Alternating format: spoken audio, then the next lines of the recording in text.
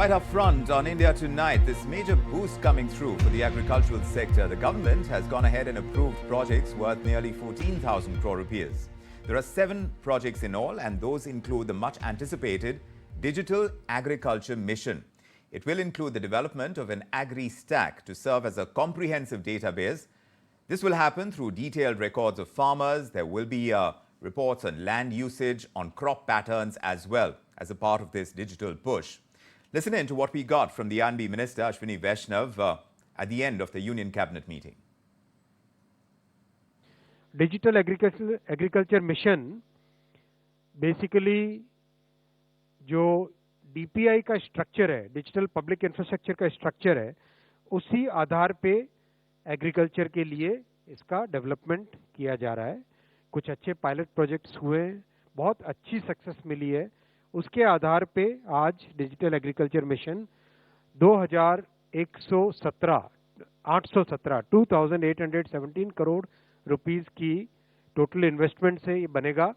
इसमें 2 foundational pillars रहेंगे. एक रहेगा एग्री स्टैक, दूसरा रहेगा कृषि decision support system. Climate change का प्रभाव पूरी दुनिया भर में पड़ रहा है, तो क्लाइमेट रेजिलिएंट क्रॉप साइंसेज और फूड सिक्योरिटी और न्यूट्रिशनल सिक्योरिटी फॉर 2047 उसको ध्यान में रखते हुए 6 पिलर्स इसमें रखे गए इस प्रोग्राम में. ये 3,979 करोड़ रुपीस का प्रोग्राम है. 3,979 करोड़ रुपीस का प्रोग्राम है. Well, that's what we got from Ashwini Vaishnaw earlier, the Union Cabinet Minister, walking us through the decision taken by the Union Cabinet today. A big one, close to 14,000 crore rupees worth of allocation for the farm sector. And that involves this huge digital push as well. How huge is it? Let's discuss this with the Chairman and Managing Director of Genesys International. Mr. Sajid Malik is joining us on India Tonight. Great to have you with us, Mr. Malik.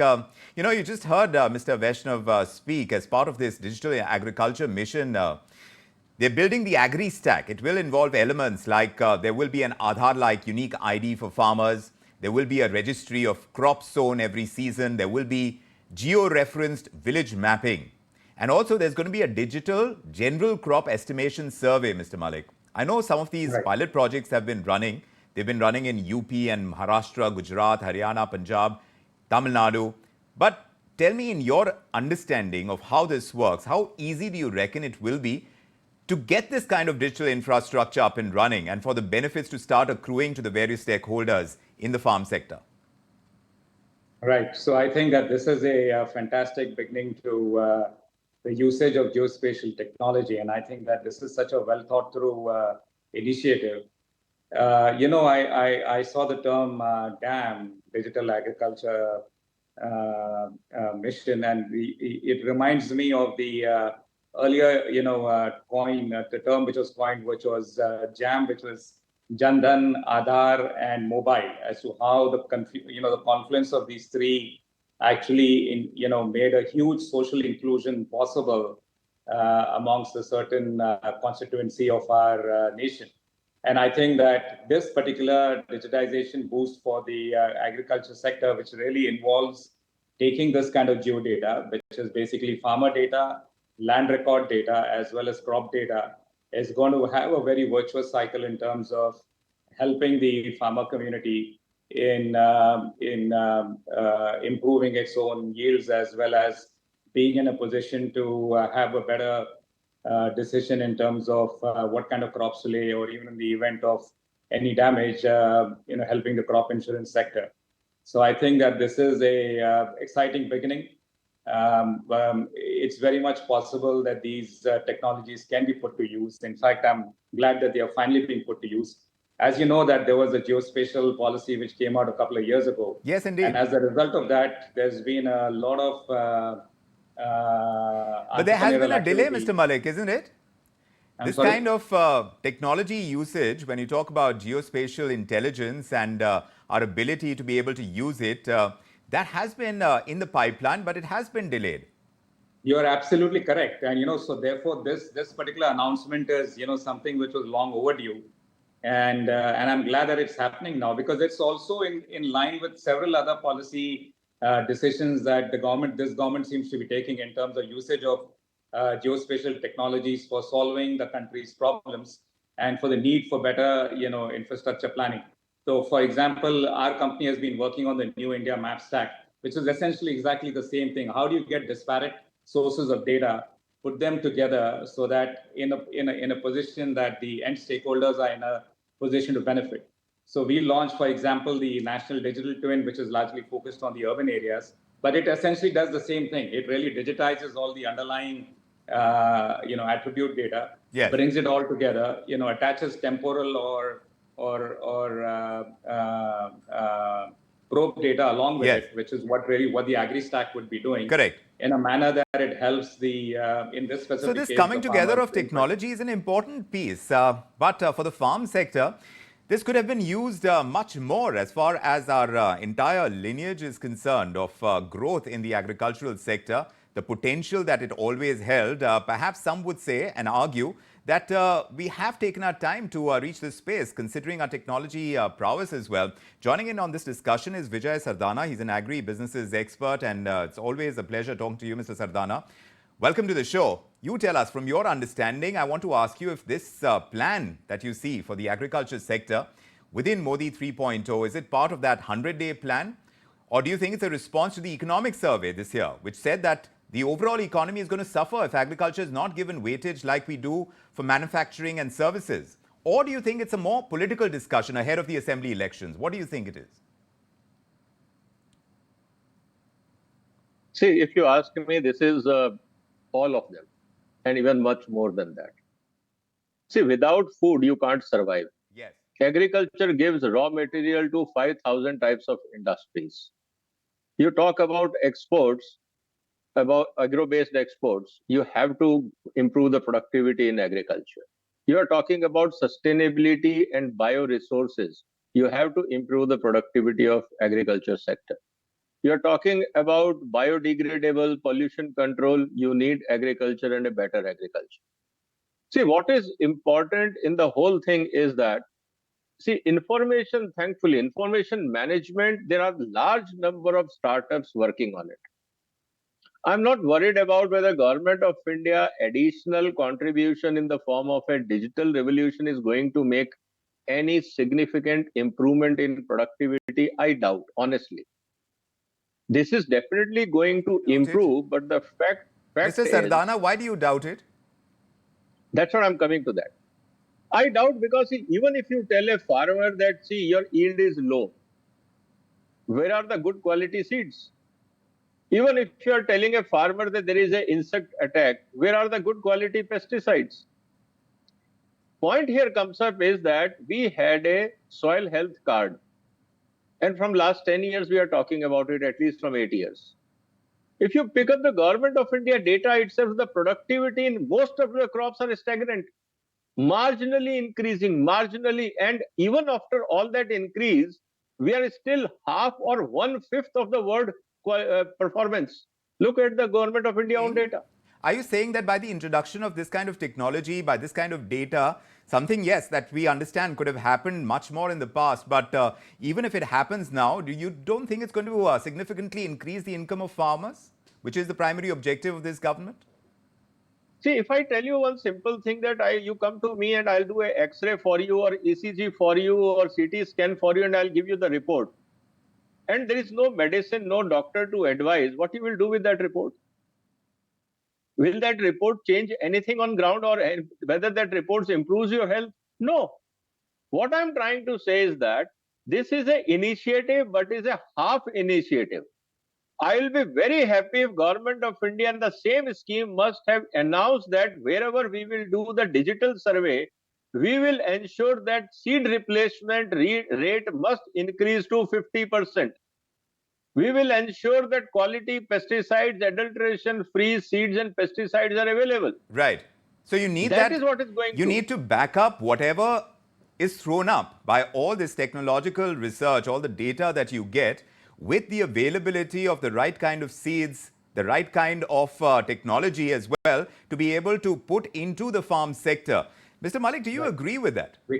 Vikram, I think it's very important that you have the right beginnings Yes. and you have the right data to take the next steps. I do agree with the gentleman here that with Mr. Sardana that, this is half the story. But this is a very important half story, right? You need to begin with the right information, armed with the right information. And I think what's been happening in our country is that the base data itself was something that was needed in a manner that it could be used for the effective next steps. I'm not saying that this will, without just the base data alone is going to solve all problems, but you need to begin with this. So what I'm happy about is that at least the government is thinking in terms of a cohesive approach to bring together, as they call it, an agri stack and a decision support system. And that this will probably be a catalyst for the subsequent steps that Mr. Sardana has been speaking about.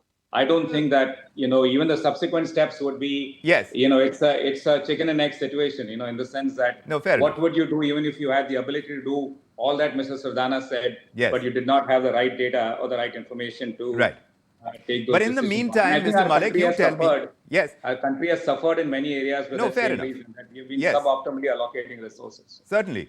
But certainly the government would require the help of the private sector, and that's where companies like yours do fit in, Mr. Malik. Do tell us, what are the upsides that you see for companies, tech companies like yours, that will lend their expertise to build this kind of digital infrastructure that India's farm sector really needs? No, I think that one thing which is very clear is that post the new J-Special policy, is really in one sense, the beginning of this involvement of the private sector in a very important part of, digital public infrastructure, as Mr. Vaishnaw said. And I think this requirement is there across every aspect of our economy, not agriculture, but even on our urban planning, town planning side, and our disaster management. In fact, recently there was an announcement that 2,500 crores is being set aside for urgently tackling the problems of urban floods, which the country has been witnessing in various cities.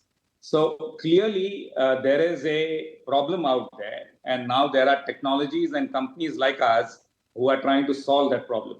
And I think an announcement like this for a very important sector like agriculture gives us the fillip to the private sector that there is going to be recognition of the fact that these technologies need to be implemented.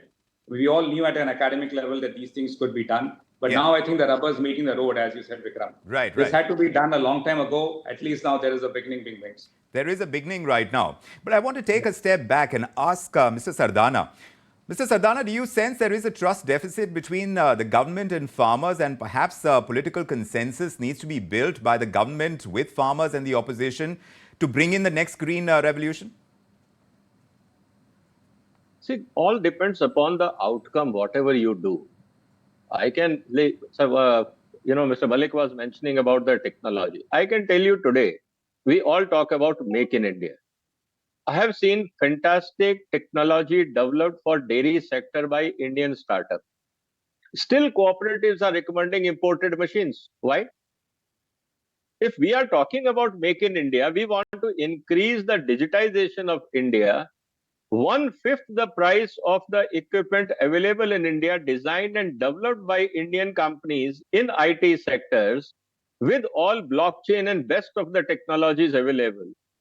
Still, the cooperatives themselves are using imported machines. Why so? See, what I'm trying to say is that sometimes announcements are very good, no problem. But when you see the ground reality, I work with farmers, I work with startups, I work with agriculture sector, processing sector, consumer issues. Point here comes up is that, see, my request is that Mr. Malik does not need government of India, to be honest. His intellectual capability, his IT skills are more than sufficient. What they need is facilitation. That when they go with their technology, the bureaucracy, the cooperatives, the stakeholders accept his concept with trust. But you need a policy push. Where is your track report? But where Mr. is your Sardana, 5 years you don't record? concede that you need a policy push for that kind of facilitation to take place? Boss, you don't need push. What you have to need is very one-liner policy that we will recommend. You are not running around. Why you need policy for that? If I am coming as an Indian entrepreneur, if Malik is coming with a good technology, why you are resisting with a stupid logic of where is your 5-year track record? Where is your turnover? Your turnover must be 50 crores. Are these logical when it comes to technology? Let me take that across to Mr. Malik. Mr. Malik. You test the technology. If it is working, use it. Why Fair you are enough. waiting Mr. for Malik, policy? you've been in geospatial intelligence for a while. Your company and your business is all about that. Without this kind of push, how much work have you been able to do the kind of mapping that the government hopes to do from this No, point onwards? no, I think that Mr. Sardana does have a point about some of the ground issues which are there. But having said that, let me tell you that until 2 years ago, until the new geospatial policy, our company had invested, almost 10 or 12 years ago in advanced content, location intelligence content in India. But there was so much of policy opaqueness in terms of its adoption that has at least got cleared in the new geospatial policy, right? Now it's very clear that what you can do and what you cannot do, in terms of a lot of these our technologies were hampered because of security issues, national security issues. At least those issues have gone away. Now you're having, space startups coming in. You're seeing such kind of an encouraging environment from the government, which I think is the beginning. You need this to happen, right? For the rest of the steps to happen, for all that Mr. Sardana is saying, which needs to happen, at least we need to Yes. begin somewhere. Yes, And indeed. secondly, So we are seeing allocation of funds. I think that's also important. We are at least seeing now whether the funds will go in the right direction or not, whether So it will that go is the to the important right point. people or As not far is a as separate question. implementation is But at concerned, least there is policy as well as thinking as well as money being put on the table. yes, exactly. So in terms So of I being able to I would like to imagine that the glass is half full here, Vikram. Right, Mr. right. Sardana, let's give the benefit of the doubt here. Fair enough.